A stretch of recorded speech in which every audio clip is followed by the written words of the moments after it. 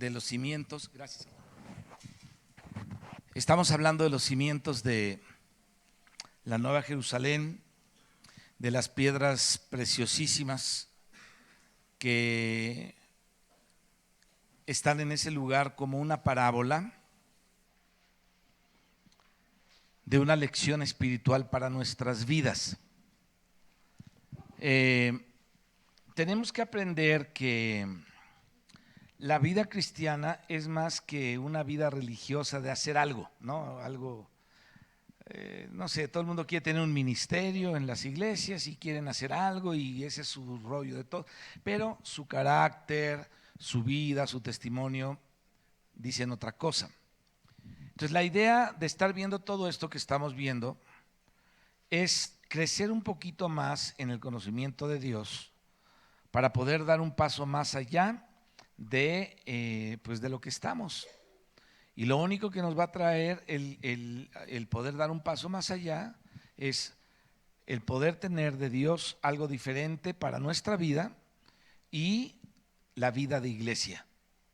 La vida de iglesia, no la vida de una religión, porque de repente vemos que la gente representa su religión, su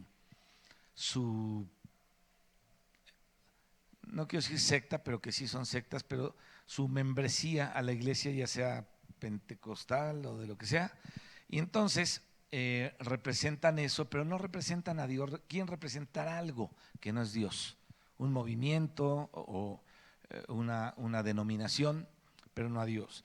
Y Dios pues nunca puso denominaciones, ni tampoco muchas de las cosas que hay, sino Él quiere que el Señor Jesucristo se forje dentro de nuestro ser para que podamos llegar a alcanzar la meta por la cual Él murió por nosotros. Y es estar un día con Él para siempre.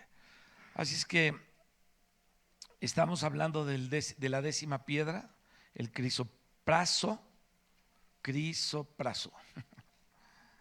A veces los nombres no son fáciles, pero bueno. Y veíamos que esta piedra, Dios se la asignó a Tadeo, Judas Tadeo Lebeo, hermano menor del Señor Jesucristo. Ya hablamos del ministerio que él tuvo, ya vimos cómo él llevó el mensaje a unos países cerca del Cáucaso y cómo el evangelio llevado por él dio un fruto en donde toda una ciudad o una nación fue convertida a Cristo, pero costó muchas vidas, etcétera, etcétera. Y vimos que era hermano del Señor Jesucristo y todo eso. Quedamos de hacer una descripción del crisopraso, porque al describir esta piedra de la que ya hablamos, que es una piedra encriptada y todo lo que ya vimos, de un color como manzana, verde manzana. Ahora vamos a describirlo un poquito más y vamos a tratar de ver unos detalles o de hablar de estos detalles acerca de esta piedra que se llama crisopraso. Vamos a hacer una pequeña oración y vamos a poner esto en manos de Dios y comenzamos. Padre que estás en el cielo, te damos gracias en el nombre de Jesucristo por permitirnos, Señor, estar aquí esta noche. Te damos gracias, Señor, porque tu palabra o la exposición de tu palabra alumbra.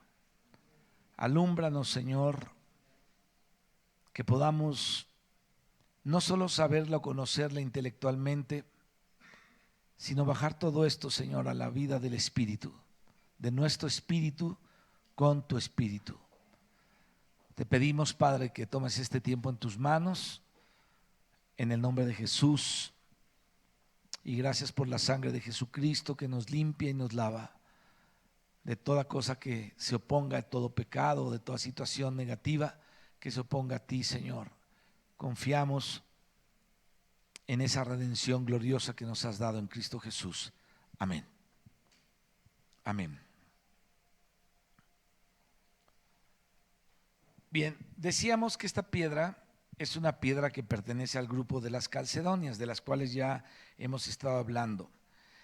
Esas piedras, como por ejemplo la calcedonia, el sardio, el ágata, la cornalina, la sardónica, el ónice, el crisopraso, son piedras, decíamos la vez pasada, que son parientes en cuanto a la familia de las piedras. Pero hablando de algunas características y de los detalles, aparte de los que vimos la vez pasada, y teniendo en cuenta que esta piedra se desarrolla en las cavidades de las rocas que están llenas de aguas y que son rocas ricas en cuarzo. El cuarzo es otra piedra que se da en un medio que es difícil, ahí es donde se forma el crisopraso. Eso quiere decir entonces que algunas piedras preciosas se hacen en la dificultad del ambiente. O sea, cuando el ambiente no es bueno, ahí es donde estas piedras se hacen. Esto tiene mucho significado porque, miren, todos hemos sido sacados de algún botecito de basura aquí, todos. Yo de uno, pero tú de otro. A lo mejor yo andaba en el basurero sur y tú andabas en el basurero oeste, pero Dios nos sacó de todo eso, a todos, ¿no? Y algunos tenemos un problema de una manera y otros tienen de otra manera, pero el problema principal es en todo el drama que se vive en la familia o en las familias. Ahí es donde recibimos el ejemplo bueno o el ejemplo malo. Y es curioso que en una familia que tiene varios miembros, o sea, el papá, la mamá y varios hijos, algunos están bien y otros no están bien. Algunos en medio de la adversidad pueden salir para ser hijos de Dios y otros esa adversidad los absorbe y son hijos del diablo. O sea, son gente que da un fruto malo, es gente que no puede salir adelante porque el ambiente lo absorbió. Entonces el crisopraso tiene esa característica que en medio de un ambiente difícil, esta piedra preciosa se hace preciosa en medio de un ambiente difícil. Y qué bueno es cuando en una situación donde uno creció con un mal ejemplo del papá, con un mal ejemplo de la mamá, con muchas broncas en la casa, con muchos rollos ahí, pero en medio de esa situación Dios nos hace una piedra preciosa para poder ser usada. Pero otros no les alcanza para eso. Y entonces o sea, el mal ejemplo los absorbe y son la réplica del mal ejemplo. Entonces, esta piedra o algunas de estas piedras se hacen preciosas en la dificultad del ambiente que les toca crecer o que les tocó crecer. Entonces, a nosotros nos sucede lo mismo que al crisopraso. Esta no es la excepción. Hay que pasar por situaciones difíciles. Hay otros detalles acerca del crisopraso. Cuando se mira el crisopraso con el filtro, revela un color o el mismo color y no sucede como con otras piedras preciosas que cuando se mira con un filtro se ve de color diferente del que se ve por fuera. Por ejemplo, la esmeralda, hablamos de ella, la esmeralda es verde por fuera y si la miras con el filtro, la esmeralda se ve roja. Entonces, ¿sabes cómo una esmeralda verde se ve roja? Entonces se ve de otro color. En cambio, el crisopraso, aunque es una piedra criptocristalina, ya vimos lo que quiere decir eso, tiene el mismo tipo de color por dentro y por fuera. Entonces, cuando se examina para ver si es alguien distinto, resulta que es el mismo. Y esto es muy interesante también porque hay personas que muestran una cosa y son otra. Pero hay personas que Dios las hace preciosas para que sean honestas, para que tengan solamente una cara y lo que tengan por dentro lo tengan también por fuera. Bueno, ese es el trabajo del Señor en la persona para hacerlo de una sola cara, es decir, que seamos de una sola pieza, de una sola cara. No es que seamos así naturalmente, sino que le toca al Señor hacernos así. Así es que vimos la vez pasada también que la piedra de crisopraso tiene que ver con el níquel y se encuentran en las minas de níquel. ¿Se acuerdan que hablamos de eso? Tocamos algo eso el domingo. Y entonces vamos a ver qué tiene que ver con el níquel porque esta es una de las cosas que son más interesantes de esta piedra. Así es que viendo y considerando algo de esto, podemos llegar a sacar varias cosas importantes. Y una cosa es que lo que le da el color verde manzana del que hablamos es el níquel. Y entonces, si vemos un poquito, nos adentramos ahí a investigar algo acerca del níquel, vemos qué característica tiene el níquel y vemos que estas características que tiene el níquel, diferentes de los otros metales, hacen algo en la piedra. En primer lugar, el níquel casi siempre se asocia con el hierro. Y cuando se va a hacer un acero, por ejemplo, para que el acero sea inoxidable, entonces se le tiene que, ¿cómo se llama cuando hay una aleación de níquel para que se haga inoxidable? Entonces, ¿qué es lo que hace que el acero sea inoxidable? El níquel. El níquel es el que da la capacidad también de anticorrupción. Bueno, esa es una cosa interesante. Se alía con el hierro en la Biblia representa la autoridad, el oro representa la naturaleza divina, la plata representa la redención, el bronce con el cobre representan el juicio de Dios, la disciplina de Dios. Entonces dice ahí, al que venciere y guardare mis obras hasta el fin, yo le daré autoridad sobre las naciones y la regirá con vara de hierro, ¿no? Ahí entra el hierro, con vara de hierro. Pero resulta que cuando se va a hacer el acero, se hace con hierro tratado y entonces pasa por hornos, por golpes que se le dan, y entonces es un proceso tremendo para poder sacar una barra de esas, una barra de esas. Pero de todo eso resulta el acero. Ahora, para que sea inoxidable, se le tiene que poner esta aleación del níquel, que es el lugar en donde se encuentra esta piedra de crisopraso. Entonces, para que sea inoxidable, necesita el níquel. El níquel representa la anticorrupción. La Biblia habla del corazón corrupto, de la conciencia corrupta, de los hombres corruptos, de los hombres sin entendimiento, de los hombres necios y de la corrupción de este mundo también habla. Entonces, aquí el níquel representa la anticorrupción. Bueno, otra cosa que tiene el níquel es que justamente hace al acero anticorrosivo, o sea, no permite que se oxide, etcétera, etcétera. Y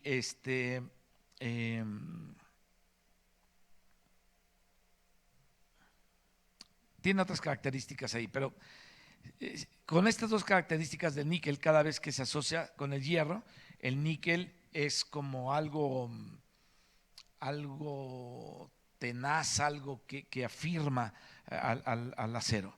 Entonces, la tenacidad es una de las primeras características del níquel. La tenacidad. La otra vez hablamos, cuando hicimos el paréntesis, que hablamos sobre Números 33, versículo 24, que tocamos el punto de la autoridad delegada por Dios en esa parte de Números 18, del 1 al 7. ¿Se acuerdan que hablamos de todo eso? Veíamos que el lugar en donde estaba el pueblo de Dios, ese lugar significaba temor reverente a Dios, que provoca diligencia para hacer las cosas de Dios.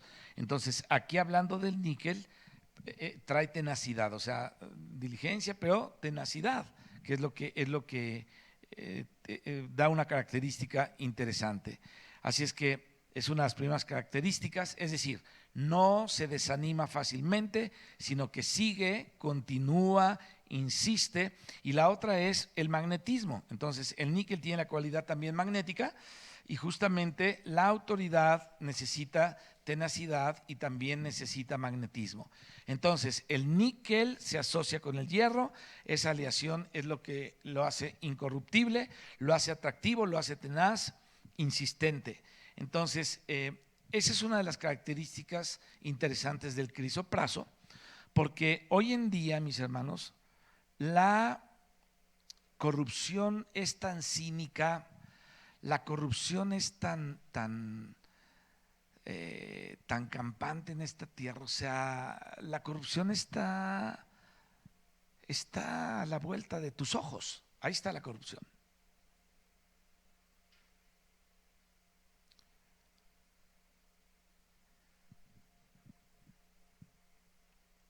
¿Qué hace la corrupción? Se ha descarado. Hoy en día la gente se vende por cualquier cosa.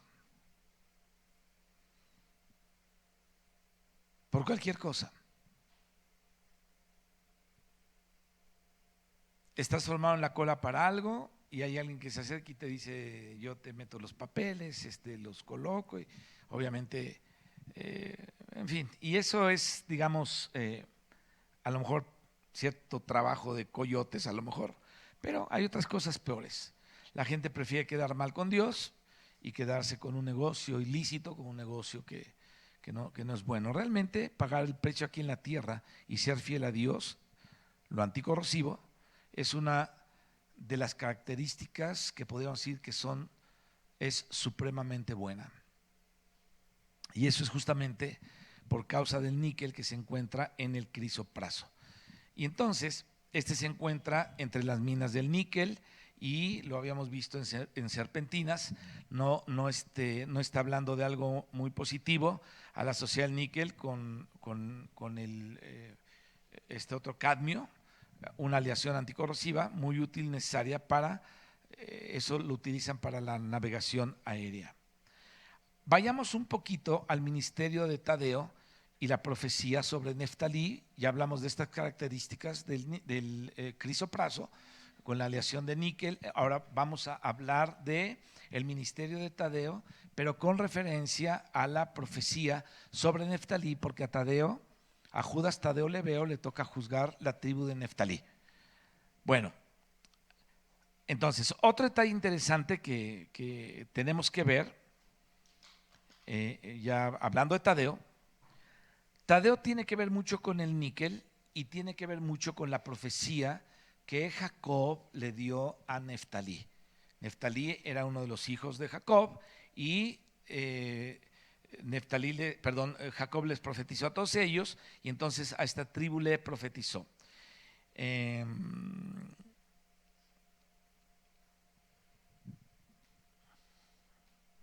El manzano en la Biblia, según Cantar de los Cantares, es una tipología de Cristo.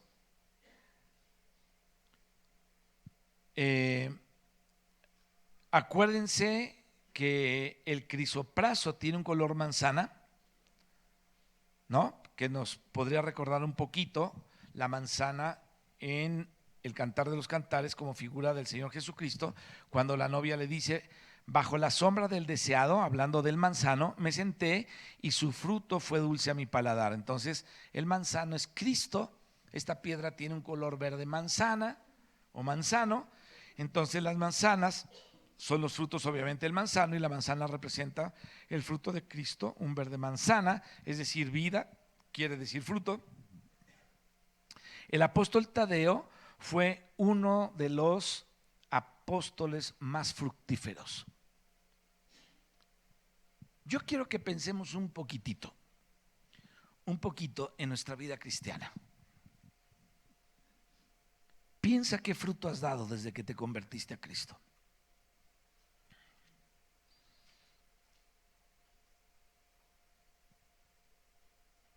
Eso es algo que tenemos que tener presente en nuestra vida espiritual. ¿Qué fruto hemos dado? Porque yo les aseguro que hay cristianos que les cuesta mucho trabajo dar un fruto en años. ¿No dan fruto?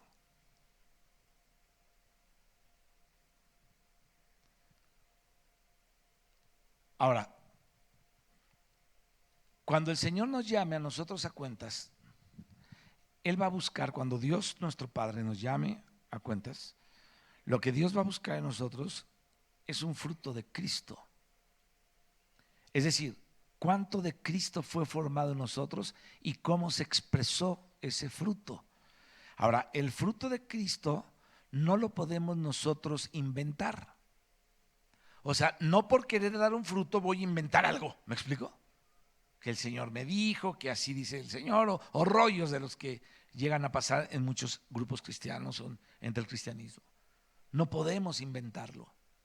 La única manera de llevar un fruto, el fruto de Cristo es crecer en vida, en la vida de Cristo, en vivir la vida de Cristo. Es lo único que nos puede dar un fruto en para Dios, en esta vida, en esta tierra. Fíjate, ni tener un ministerio, ni tener dones, ni hacer milagros, ni echar fuera demonios, son los frutos que Dios está esperando. Y mira que para muchos eso de echar fuera demonios es como un don con un poder muy fuerte.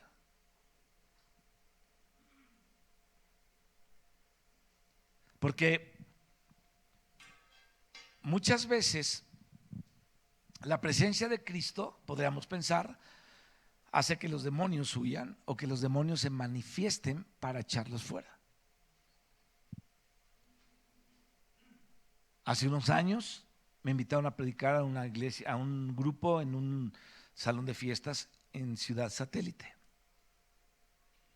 Y cuando yo empecé a decir el nombre de Cristo, una señora que estaba sentada ahí donde tú estás, joven, bueno, no ahí, sino allá, pero más o menos a esa altura, pegó un grito y un aullido, ¡ah! Se aventó así para atrás, ¡ah! Entonces todo el mundo se distrajo ahí. Y empezó a patalear y a patalear y a patalear y a patalear y a patalear.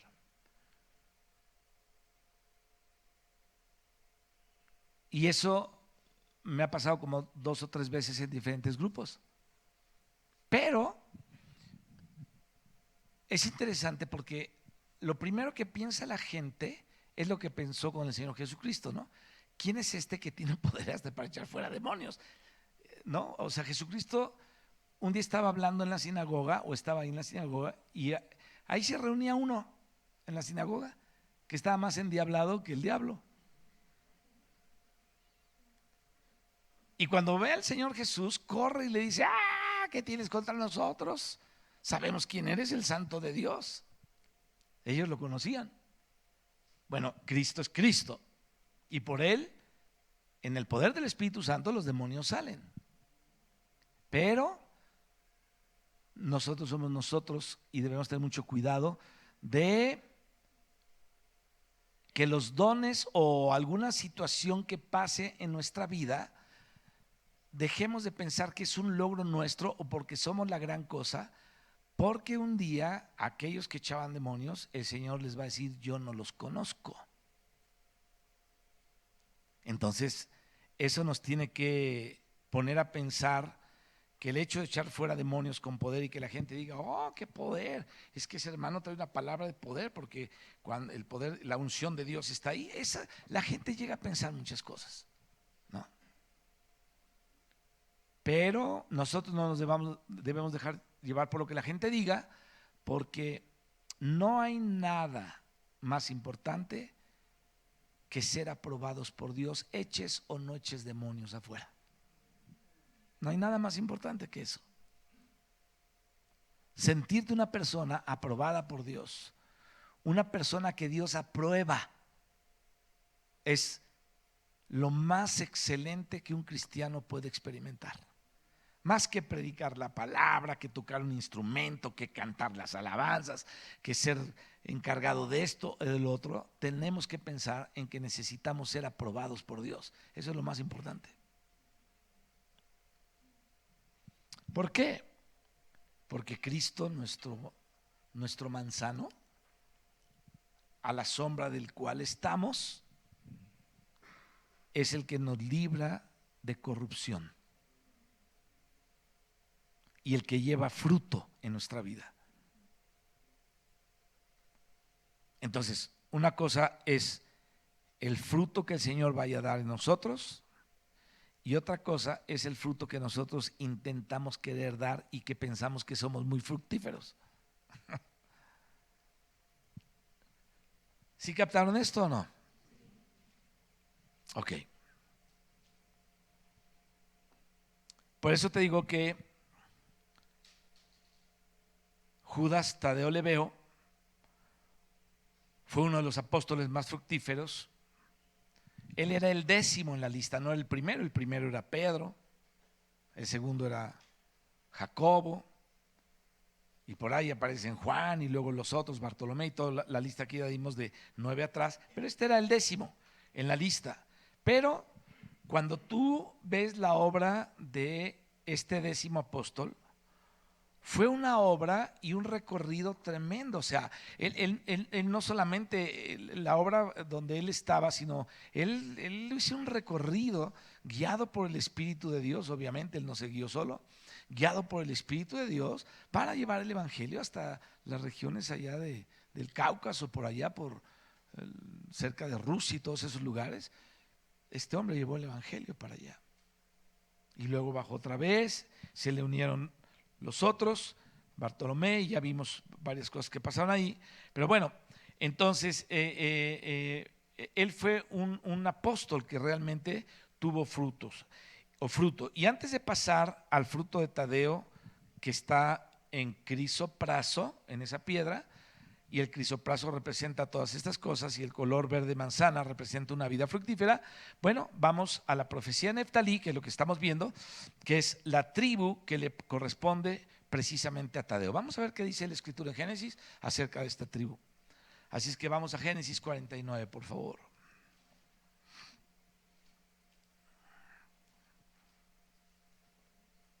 Al final de Génesis casi. Ahí están las profecías de Jacob a sus 12 hijos, y en el verso 21 está la profecía acerca de Neftalí. Dice así, ¿ya lo tienen ahí? Ok, dice: Neftalí, sierva suelta, que pronunciará dichos hermosos.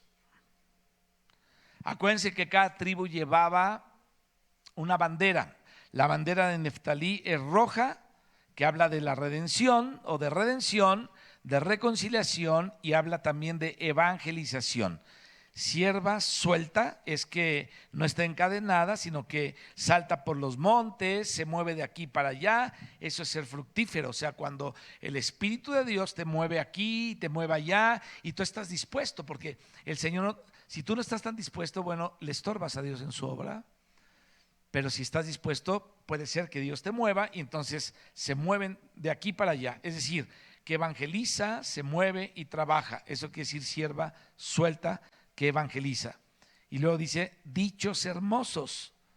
Aquí está hablando que es un ministerio bastante fructífero. Es decir, no habla tonterías desde arriba, no dice sandez y media desde acá, no habla con la gente chascarrillos raros, no engaña. O sea, son dichos fructíferos, efectivos. Y tiene que ver obviamente con la evangelización, esos dichos hermosos que habla ahí.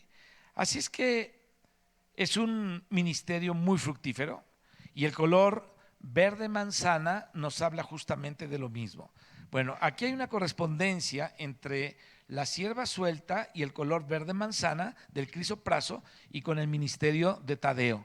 La tradición cristiana, mis hermanos, es la que aparece principalmente en los libros de la llamada Iglesia Siriaca. Tú quieres saber qué es la Iglesia Siriaca, métete a internet y ve Iglesia Siriaca. No te va a decir allá, porque muchos andan buscando a ver dónde se van. Entonces no busques la Iglesia Siriaca, no sé, que encuentres una en la esquina y te quieras ir para allá. Bueno, si te quieres ir está bien, no hay problema. Pero bueno, para que veas lo que es la Iglesia Siriaca, ¿no? Y lo puedes buscar ahí.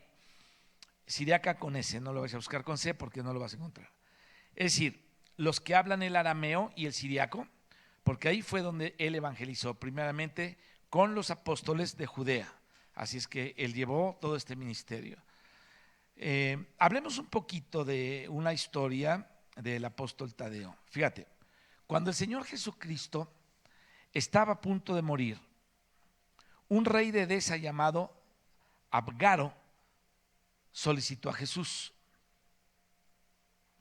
Edesa es una ciudad que queda en Siria, es una ciudad de Siria, hacia la Asiria, ¿no? Como quien va por camino a Siria, hacia Mesopotamia, entonces así es. Y entonces, por causa de que este rey Abrago estaba sujeto a Roma, entonces él envió a uno de sus representantes, de sus, ¿cómo se llaman estos? De sus nuncios, ¿no? Los que tienen ellos, diplomáticos, a Antioquía, en donde estaba el responsable del gobierno romano, para dar cuentas de sus cosas. Y estando en Antioquía, este diplomático enviado para allá escuchó hablar, oyó hablar del Señor Jesucristo, que sanaba enfermos, resucitaba muertos y que lo hacía sin hierbas, sin remedios, sino solamente con la palabra. Entonces había gente que estaba por venir de Antioquía para Jerusalén y este hombre hizo el viaje y entonces llegó justamente a donde estaba el Señor Jesucristo y le pidió a Jesús que por favor, ya que él podía sanar sin necesidad de hierbas, ni menjurjes, ni nada de esas cosas, que sanara al rey Abrago. Y Jesús le dijo que él solamente podía hacer la voluntad del Padre y que su tiempo de partida ya estaba cerca, pero que él enviaría a uno de sus discípulos. Esta es una historia que se habla de Tadeo, a uno de sus discípulos. Y entonces, después de que murió el Señor Jesús, resucitó y se fue a la diestra del Padre, los apóstoles estuvieron un tiempo en Judea. Ahí ellos estaban en ese lugar. Y fue a partir del concilio de Jerusalén, que está en el capítulo 15 del libro de los Hechos, que fue por los años 40 y tantos, después de que Jesucristo murió, o nació y murió, y etcétera, donde se decidió la inclusión de los gentiles, donde dijeron no les vamos a poner más carga a los gentiles también son llamados por Dios. Ese fue como decir el punto de inflexión para los apóstoles. Entonces la fecha en que empezaron a moverse hacia los gentiles, porque al principio ellos estaban en Judea, estaban en Samaria y estaban en Jerusalén. Y a partir del concilio de Jerusalén, entonces comienza la historia de la iglesia y las noticias de que ellos empiezan a esparcirse a otros lugares, porque vino una persecución. Y ellos empezaron a esparcir a otros lugares. Y ya muerto el Señor, resucitado y ascendido y pasado por un tiempo en esa región central, Judea-Samaria, Tomás le comunica a Tadeo de que un tiempo en esa región central, Judea, Samaria, Tomás, bueno, le habla y le dice, tienes que ir a Edesa, en donde se encuentra el rey Abgaro, quien había mandado pedir a Jesús, y Jesús le dijo que no iba a ir, pero que enviaría a uno de sus discípulos. Entonces Tomás se lo recordó a Judas Tadeo, y entonces Tadeo se fue caminando poco a poco hasta llegar a la ciudad de Edesa. Edesa llegó a ser con el tiempo la tercera ciudad en cuanto a nivel teológico. Fíjate qué interesante. En esa época, digamos, en el siglo III, con la iglesia de Antioquía y la iglesia de Alejandría, las escuelas más fuertes en teología de aquellos primeros siglos y de aquellos primeros años.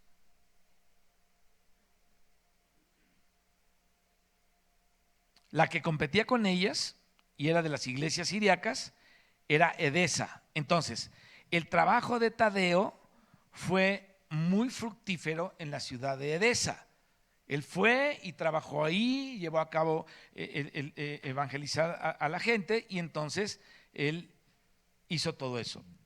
Él llegó a Edesa a casa de un hombre llamado Tobías y comenzó a evangelizar, y hospedado en la casa de este Tobías, Tadeo evangelizaba. Y el Señor lo utilizó mucho sanando enfermos, hasta que llegó la noticia al rey de Abgaro, y supieron que ese era el discípulo que el Señor justamente iba a enviar, porque ellos ya lo sabían y el Señor se lo había dicho al diplomático que habían enviado. Y entonces dijo, mira, no te preocupes, rey, el Señor dijo que te va a enviar a alguien porque su tiempo ya estaba cerca. Entonces cuando ellos supieron que andaba por ahí Lebeo, dijeron, ese es el que dijo el Señor que iba a enviar. Entonces Abgaro lo llamó y el Señor hizo un milagro cuando llegó Tadeo. Fíjate, a veces el Señor como que abre un poquito la vista para ver la gloria de él. Y Tadeo fue un hermano santo que reflejaba la presencia del Señor. Este está bien grueso, hermanos. Porque a veces nosotros reflejamos problemas y reflejamos un montón de cosas que no tienen que ver con Dios. Reflejamos necedades, estancamientos en nuestra vida. Pero necesitamos reflejar a Cristo. Tenemos que orar por eso.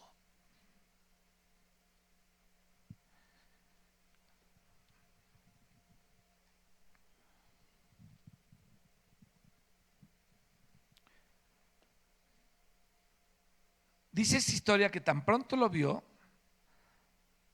Abgaro fue impresionado, inclusive se arrodilló para recibirlo. Toda la corte decía: ¿quién es este al que el propio rey recibe de rodillas? Decía toda la corte de ahí. Oye, el rey se está arrodillando hasta este, ¿quién es? Decían. Y entonces Tadeo lo levantó y le dijo que él había venido porque Abgaro había creído en el Señor sin haberlo visto. Solamente de oídos. Quien lo vio fue el diplomático que él envió en aquel entonces, y coincidió cuando llegó que el Señor Jesucristo iba a subir a ser ya crucificado. Entonces, solamente lo había oído de oídas, y por eso lo que él pidiera, bueno, pues Dios se lo iba a conceder, había creído en él. Y entonces puso las manos sobre él, oró, y entonces él fue sanado inmediatamente, y entre esos estaba uno de la corte que tenía problemas de gota. Y entonces Tadeo le puso las manos en el pie y le sanó la gota, y empezó todo ese alboroto, y empezaron a traerle enfermos. Y entonces, después de que empezaron a ver lo que hacía en el nombre del Señor Jesucristo, era algo impresionante, porque no era él, sino era el Señor Jesús mediante el Espíritu Santo trabajando en él, porque el Espíritu Santo es el Señor Jesucristo en nosotros, ¿no? El Señor ascendido, entronizado y regresando a nosotros, Él es el Espíritu Santo. A raíz de eso, el rey Abgaro lo convocó para él y su familia y sus nobles, para que les hablara de Cristo y les hablara de todas estas cosas: quién era Cristo y cómo es que vino a ser discípulo de él, para que les contara justamente esta historia. Entonces Tadeo dijo que él iba a contarla, pero que por favor reunieran a la ciudad, porque él iba a predicar a toda la ciudad. Y entonces primero le explicó acerca de la idolatría, le explicó quién era Jesús, lo que había hecho Jesús, cómo murió, resucitó, es decir, cómo el Señor lo evangelizó a él de una manera tremenda. Y entonces él al rey con todas estas palabras, y el rey mandó reunir en un lugar específico, mandó a la gente a ese lugar, y ahí comenzó Tadeo a evangelizar a toda la ciudad. Y el Señor hizo milagros. ¿Para qué? Para que la gente creyera. Y entonces fue la primera ciudad, no país, era una ciudad, ¿no? El primer país fue Armenia, que se convirtió a Cristo, el que ya hemos hablado, pero esta fue la primera ciudad en donde se hizo. Toda la gente, la mayoría eran cristianos. Entonces la primera ciudad y el primer país que se convirtieron, que se declararon cristianos, son fruto de Judas Tadeo. Qué tremendo, ¿no?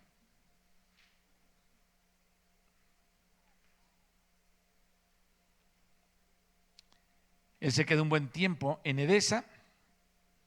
Mucha gente recibió al Señor. Hubo minorías que no le recibieron, como en todos lugares, pero en ese momento no le recibieron, pero muchos otros o algunos otros le recibieron al Señor Jesucristo después. Dice la profecía: una sierva suelta, hablando de Neftalí. Entonces volvió otra vez por Edesa, y fue e hizo discípulos, y uno de ellos se llamó Agai. Uno de los discípulos más famosos de Tadeo se llamó así, Agai. Habría que ver un poco la historia para checar los nombres de todos, pero el más famoso fue Agai, que fue el que quedó en Edesa junto con otros. Entonces Tadeo estableció ancianos, Tadeo estableció diáconos, y viajó hacia Mesopotamia y llegó a una ciudad que se llamaba Amidas, al lado del río Tigris, ahí en esa ciudad, y fue el nuevo centro de la obra de Tadeo en Mesopotamia sobre el río Tigris. Amidas, aquí se le juntó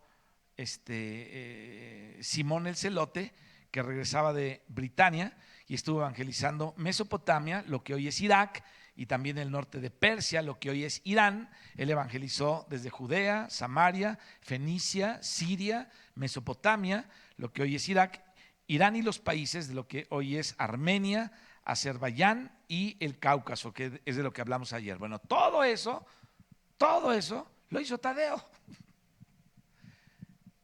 Y no había carros, trenes, barcos, jets, no había eso.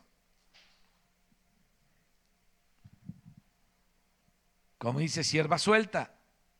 Entonces hizo un trabajo. Primero llegó a Mesopotamia y el fruto de el trabajo aquí en este lugar, en Mesopotamia, fue que los discípulos empezaron a evangelizar el norte de lo que hoy es Arabia, la península arábica, desemboca los límites abajo en lo que hoy es el Océano Índico, pero por el norte, para allá está el norte, está unido con lo que es Siria, con lo que es Irak. Y entonces en toda esa zona recibieron a los cristianos y se hicieron cristianos justamente de los discípulos de Tadeo, que empezaron como hormigas a llevar el evangelio por todos lados. Qué tremendo, ¿no? Así es que el que evangelizó esa zona, el que nombró a ancianos, el que ahí estableció el ministerio de parte del Señor fue Tadeo, su hermano menor. Judas Tadeo Lebeo. Era el 10º. Luego, en Mesopotamia, lo visitó el apóstol Mateo, el que escribió el Evangelio de Mateo, el que era cobrador de impuestos. Lo visita Mateo, quien después regresó a Etiopía, y se le unió también Bartolomé. Luego Bartolomé fue con Tomás al norte de la India, mientras Tadeo se fue a Armenia. Tomás se va a la India, Tadeo se va a Armenia, y entonces él evangelizó toda esa región y él fue el que difundió esas iglesias de Armenia, y hoy los armenios se llaman, frente al papado, una iglesia o sea, no son del papado, pues no pertenecen a él. Tienen una cabeza propia, que no depende de Roma, porque había sido fundada directamente por un apóstol, que era Judas Tadeo, hermano del Señor Jesús. Y entonces ellos dicen que no se tienen que someter al Papa. La iglesia de Armenia mantiene eso hasta el día de hoy y tiene mucha relación con Jerusalén. Chéquenlo en el internet. Lo que les estoy diciendo, todo, chéquenlo ahí para que vean que es verdad. Y luego, cuando él ya había avanzado en esa predicación, por el año 60, llegó Bartolomé y otra vez se juntó con él y trabajó con él. Y luego se dice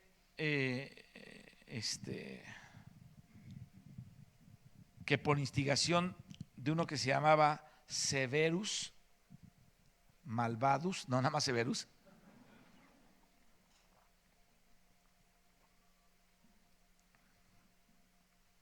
se llamaba el hijo menor de Abgaro, que no estuvo de acuerdo con la revolución que Tadeo fue a hacer en su reino, entonces lo mandó matar. Mataron a Tadeo, pero quedó Bartolomé en Armenia desde el año 60 hasta el año 68. Déjame decirte algo. ¿Sabes por qué por qué ahora? Y todos ellos murieron jóvenes, no murieron tan viejos, muchos de ellos. Bueno, gente madura, a lo mejor sí ya un poco grandes, tal vez 60 años, a lo mejor hasta 70, pero el que duró más fue Juan. Juan tenía 90 años, ¿no? ¿Sabes por qué? ¿Sabes qué es lo que va a provocar la persecución en la vida de los cristianos? Que prediquemos a Cristo.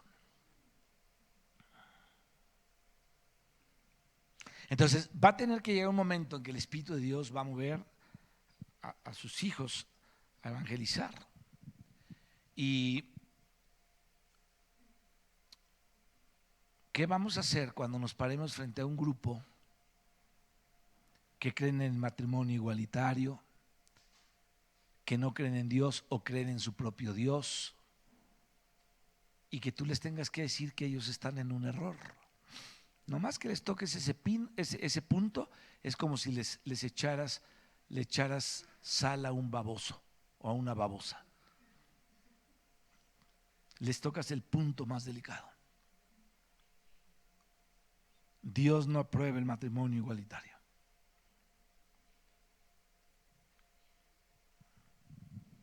Entonces va a haber persecución, te van a demandar, te van a decir de groserías, se van a burlar de ti, te van a pegar de gritos, van a abrir los ojos y te van a decir: ese está loco, ¿de qué está hablando? Si son otros tiempos, ese Dios no existe, Dios no es así, Dios está en pro del amor y nosotros nos amamos.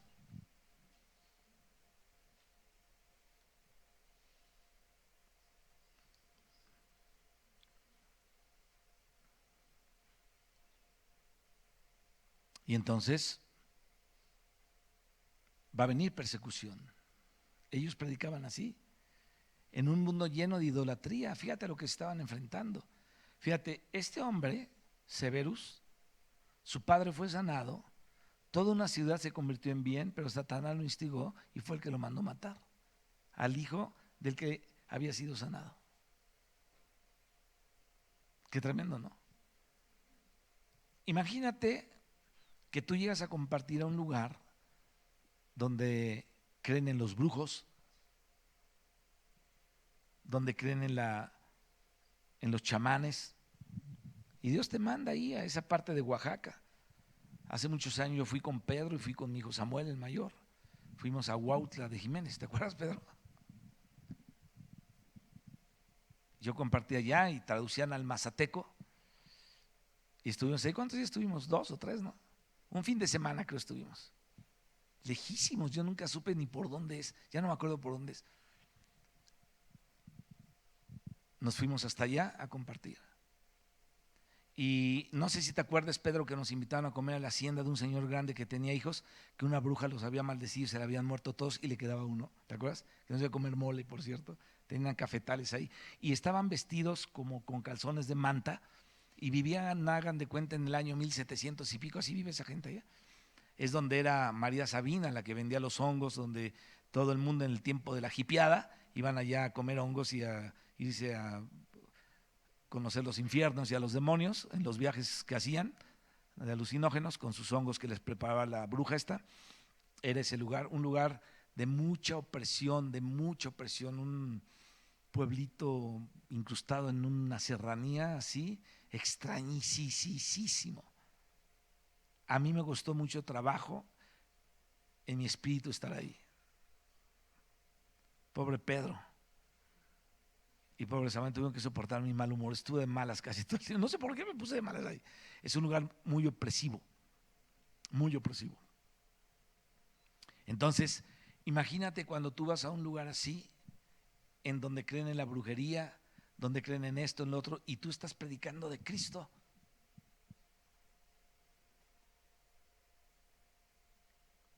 Años atrás de ese viaje, muchos años atrás, yo todavía no me casaba, fui a predicar a un lugar en Oaxaca, en donde ya les he platicado,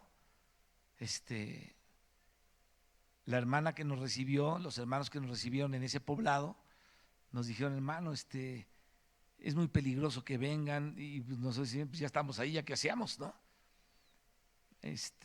Cuando empezamos a predicar el evangelio, todo el mundo se da cuenta. Y la hermana nos había dicho: hermanos, si suena la campana, por favor váyanse. ¿Y qué creen que pasó?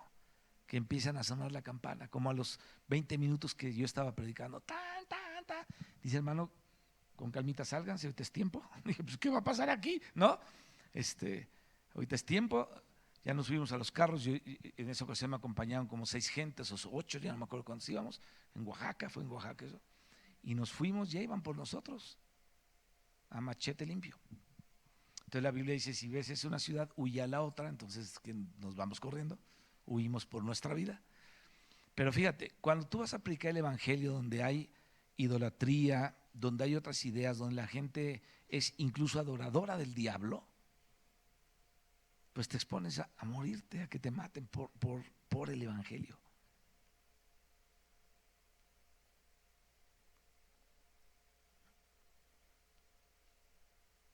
Jorge, ¿dónde está Jorge Núñez? ¿Tú fuiste a Teopisca con nosotros? Te tocó ir a Teopisca, ¿verdad? Que nos fuimos en camión de 1000 horas. Yo estaba recién casado. Que compartimos en la casa de un misionero que nos dio palomitas. ¿Sí te acuerdas de eso? Y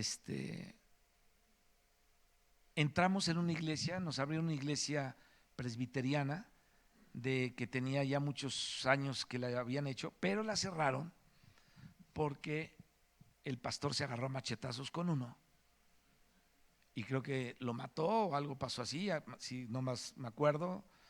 Entonces esa iglesia no se había abierto en quién sé cuántas décadas hasta que llegamos nosotros. Entonces la abrieron, que es que para reunirnos ahí toda llena de telarañas. Terminamos reuniéndonos en el garage del misionero, de un misionero que venía de California. Ahí estaba Francisco Cobio, me acuerdo que fue el que creo que nos llevó ahí. Este señor de California tenía un carrito deportivo con el que se vino desde California para llevar a cabo una misión de predicar a Cristo ahí, pero un día con su carrito sube a una de las comunidades ahí en ese lugar de Chiapas y unos que se emborrachan con la botella le rompen los faros, ¡pam! ¡Pam! Entonces este gringo enojado le da de bofetadas al indígena, porque es gente indígena, se lo abofetea y que hagan de cuenta que le picó al avispero. Le salió toda la comunidad, lo iban a matar, entonces huyó por su vida de regreso a California porque dijeron, ya sabemos dónde estás. Entonces mejor se fue, se fue a California. Entonces, digo, si vamos a ir a un lugar a cachetear gente, mejor no vamos, ¿no? Jacobo no fue a cachetear gente, Jacobo fue a predicar a Cristo y murió por predicar el evangelio, como murieron la mayoría de todos los demás apóstoles y sufrieron por el evangelio. Qué tremendo, ¿no? Bien, pues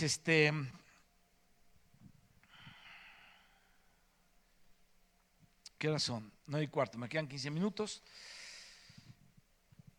Y los cimientos del muro de la ciudad estaban adornados con toda piedra preciosa. El primer cimiento era jaspe, el segundo zafiro, el tercero calcedonio, el cuarto esmeralda, el quinto sardónica, el sexto sardio, el séptimo crisólito, el octavo berilo, el noveno topacio, el décimo crisopraso, el undécimo jacinto, el duodécimo amatista.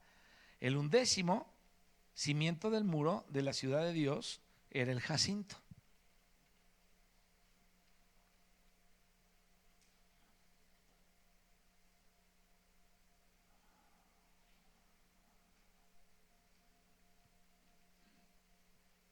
Esta es la séptima frase de Apocalipsis 21:20.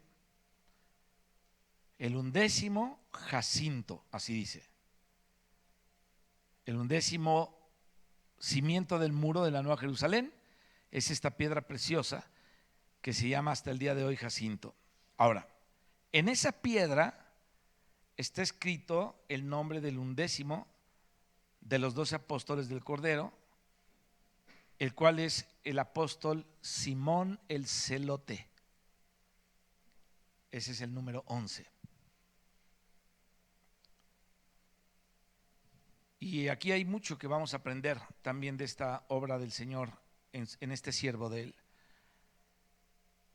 Porque Él está representado por Dios aquí en la piedra que acabamos de leer, en el jacinto, porque fue Dios el que le mostró a Juan, es decir, no fue Juan el que los inventó.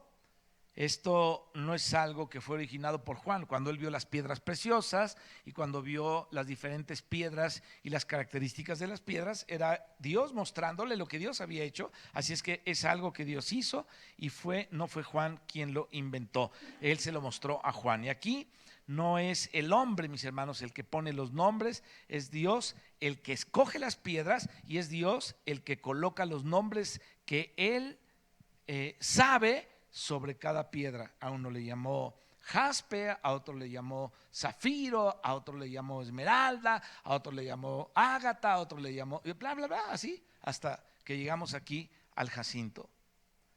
Entonces,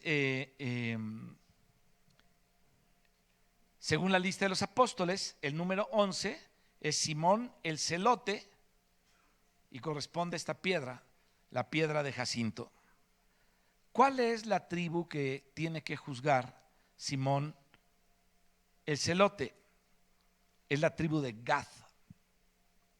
Acuérdense que el Señor Jesús, lo vuelvo a recordar, les dijo a los apóstoles cuando le preguntaron: Señor, nosotros hemos dejado todo, ¿qué tendremos? Y entonces el Señor les dice, entre otras cosas, que los que le habían seguido en sus pruebas, de cierto se sentarían en 12 tronos para juzgar a las 12 tribus de Israel. Entonces son 12 tribus, son 12 apóstoles, por lo tanto cada apóstol ha de juzgar a una tribu, como el Señor identificó las tribus con 12 piedras, identificó a los apóstoles con 12 piedras. A través de la piedra, entonces hacemos la correspondencia entre el apóstol y la tribu, a través de la piedra. Fíjense qué interesante, la piedra es la que nos lleva a ver qué tribu juzga cada apóstol, ¿no?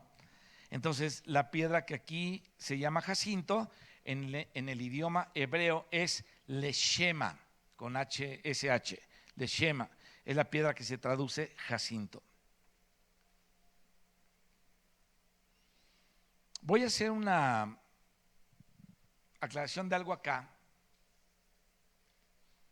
y ahí le vamos a dejar porque nos va a dar más o menos ya los otros pocos minutos que me quedan, pero vamos a tratar de clarificar aquí algunas cosas. Antes de entrar a estudiar el jacinto de la Biblia, la piedra y su sentido espiritual, comparándolo con la vida y el ministerio del apóstol Simón el Celote, vamos a tratar de ver aquí algo con respecto a esto, algunas aclaraciones de la piedra de jacinto en la traducción Reina Valera.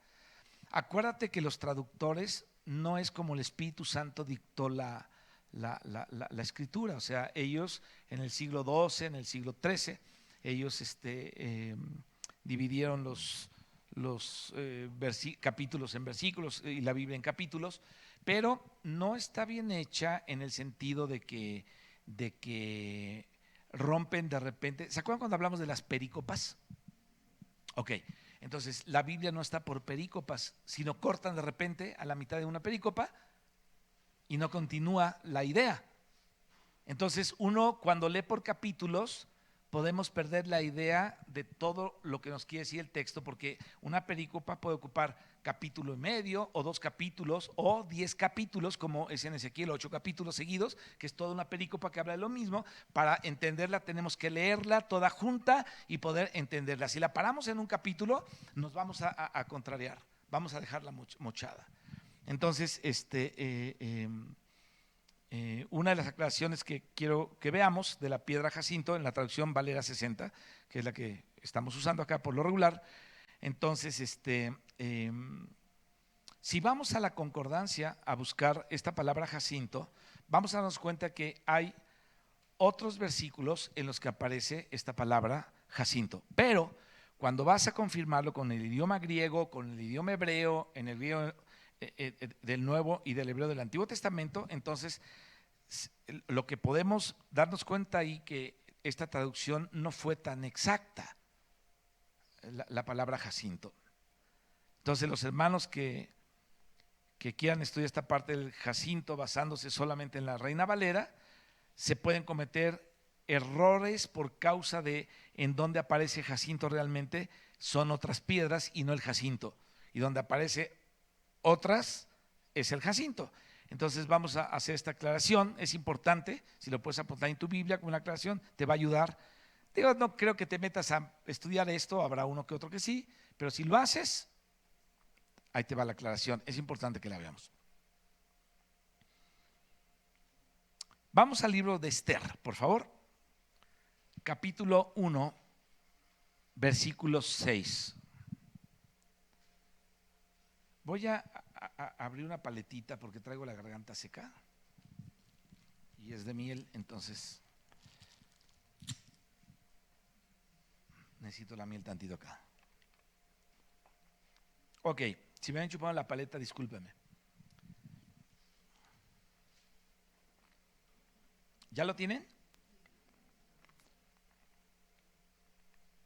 Bien, necesito que me pase tantita miel. Bien, Esther 1:6.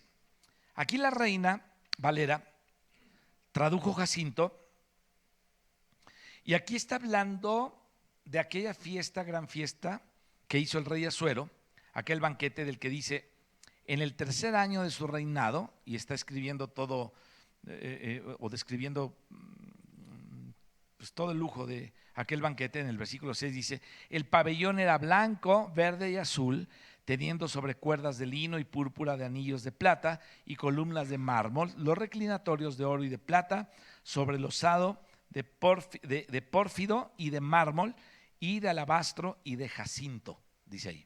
Entonces ahí aparece la palabra jacinto. Bueno,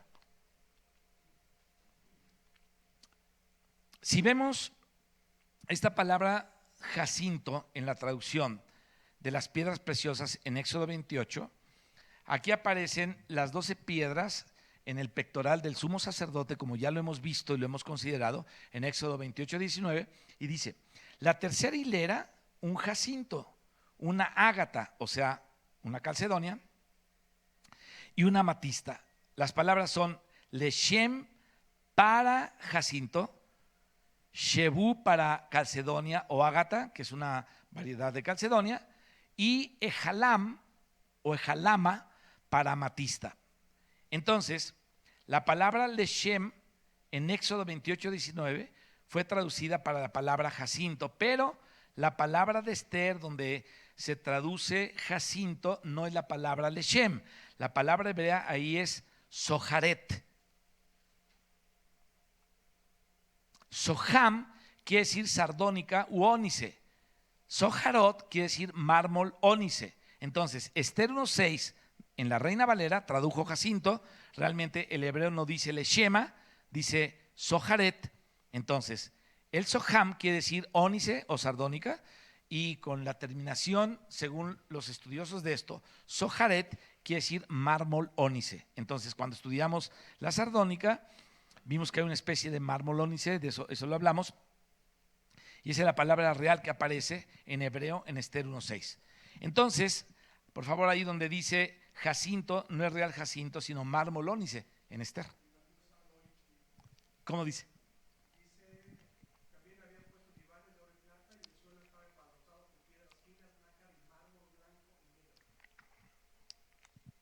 ¿La tradujo mejor? ¿No? ¿Qué versión es? Dios habló, y fíjate qué interesante, la más sencillita. Es que los de la Reina Valera alucinaron. Ay. ¿Qué? A ver, ¿quién está hablando? ¿Quién está hablando? Alcen la mano, ¿quién habla? Allá, ajá, ¿cómo dice? Y de ónice. Ok, ya mejoraron la traducción. Sí, esta es la versión 60. Ok, bueno, ¿alguien más me dijo algo? ¿Quién dijo? A ver, ¿qué dice la pechita?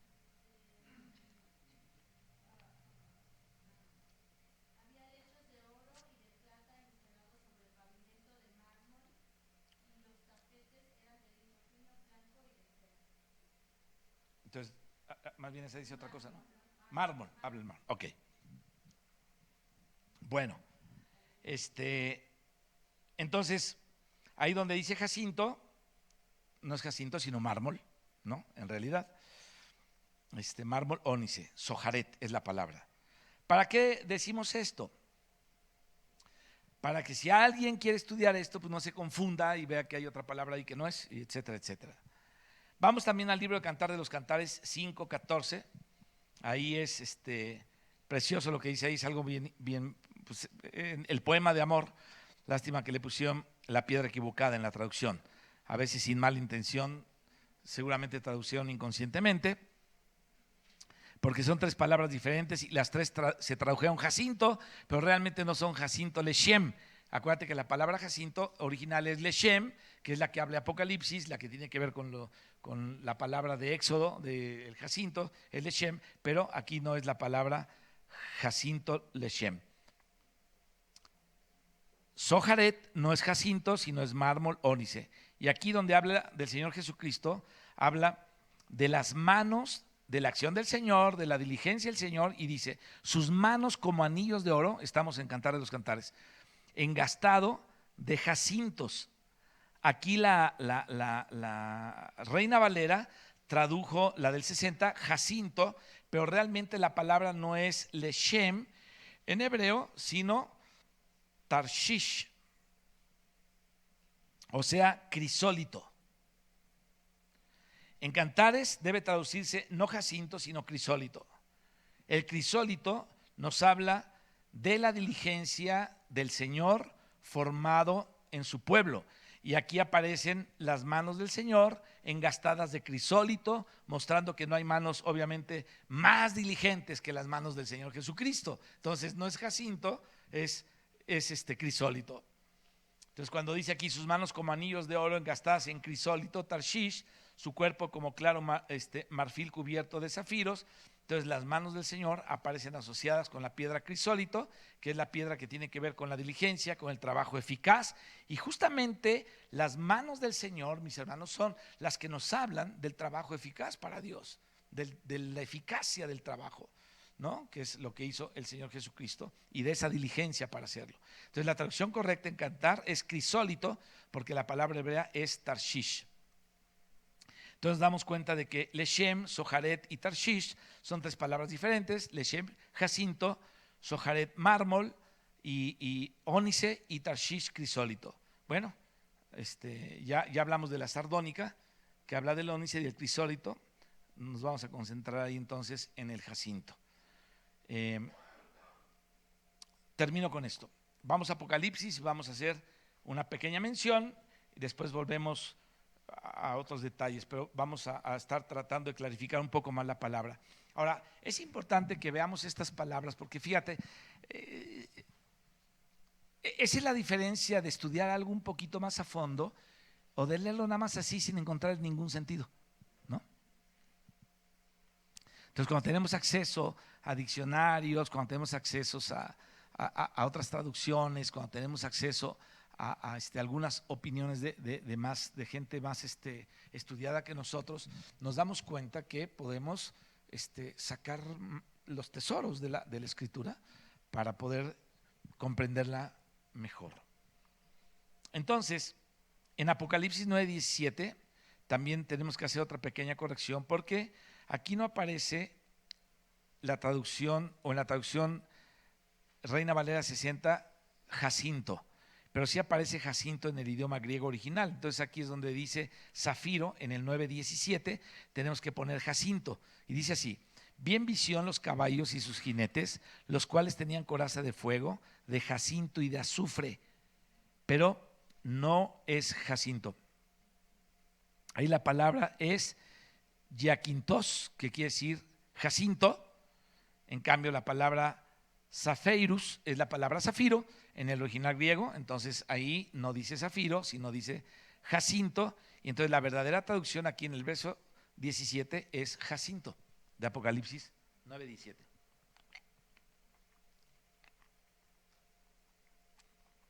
Ahora, el jacinto es una piedra que se encuentra donde también hay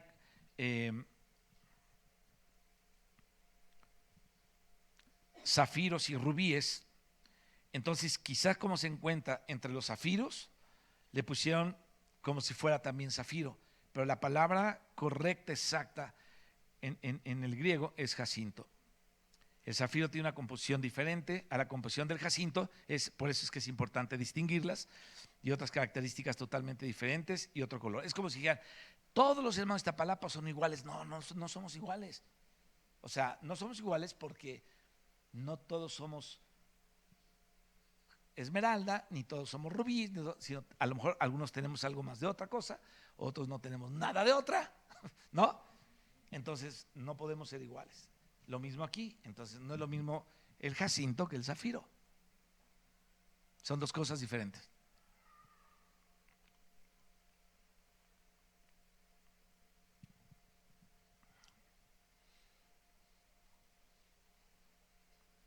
Bien, cerrando este asunto.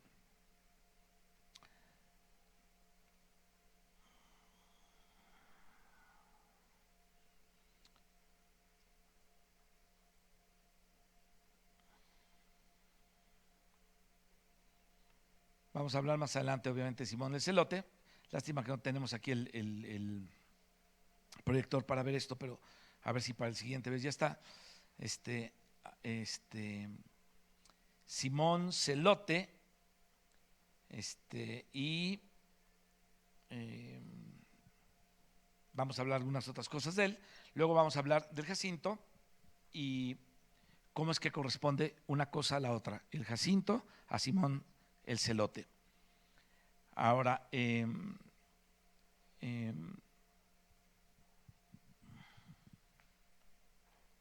a ese al que se le llama Jacinto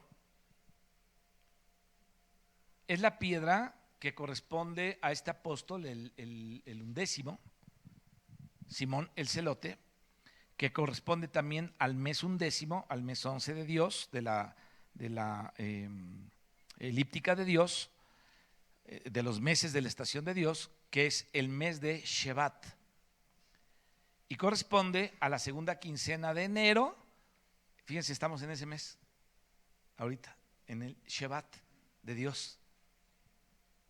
Y a la primera de febrero, al mes undécimo. Entonces, el número 11 en el calendario bíblico, en el calendario cósmico de Dios, porque el Señor movió a su pueblo por medio de la luna y de las lunas llenas y todo ese asunto, eran las cosechas, las fiestas y todo eso. Entonces, es el mes de Sebat. Le vamos a dejar ahí para la siguiente vez entrar en las características del joven Simón Celote. Padre que estás en los cielos, te damos gracias por tu palabra. Te damos gracias, Señor, porque aunque es difícil explicar esto y entenderlo, confiamos en que muchas cosas de tu palabra se nos hagan más claras, Señor. Gracias por Judas Tadeo Leveo, Señor, cuyo testimonio te reflejó a ti, pero también gracias por Simón el Celote, que es el que comenzamos a ver, el undécimo apóstol, que tiene, Señor, una tarea en tus planes de juzgar una tribu también y de haber dejado, Señor, o haber permitido que tú te formaras en él. Y tú le permitiste tener, Señor, el nombre de esta piedra preciosa. Señor, no sabemos qué piedra tenemos nosotros, a lo mejor tenemos una piedra dura nada más, pero ten misericordia, Señor, de nosotros. Por favor, Señor, que podamos ser vencedores, Señor, aunque hay cosas que están fuera de nuestras fuerzas. Seas tú el que hace la obra en nosotros mediante tu Espíritu. Clamamos a ti, Abba Padre, Abba Padre, Abba Padre. Oh, Abba Padre, Abba Padre. Clamamos a ti, Señor. Clamamos a ti, Padre Santo, para que seamos una iglesia que te experimenta, Señor, que te vive a ti, entendida en tu palabra, en tus caminos, en tu comprensión.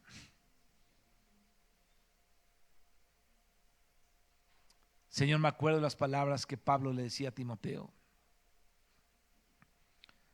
para que tuviera comprensión y entendimiento de las cosas que le estaba hablando. Considera lo que digo, dijo el apóstol Pablo. Señor, que podamos ser gente que considera lo que tú dices. Y a ti sea la gloria y la alabanza. Bendice, Señor.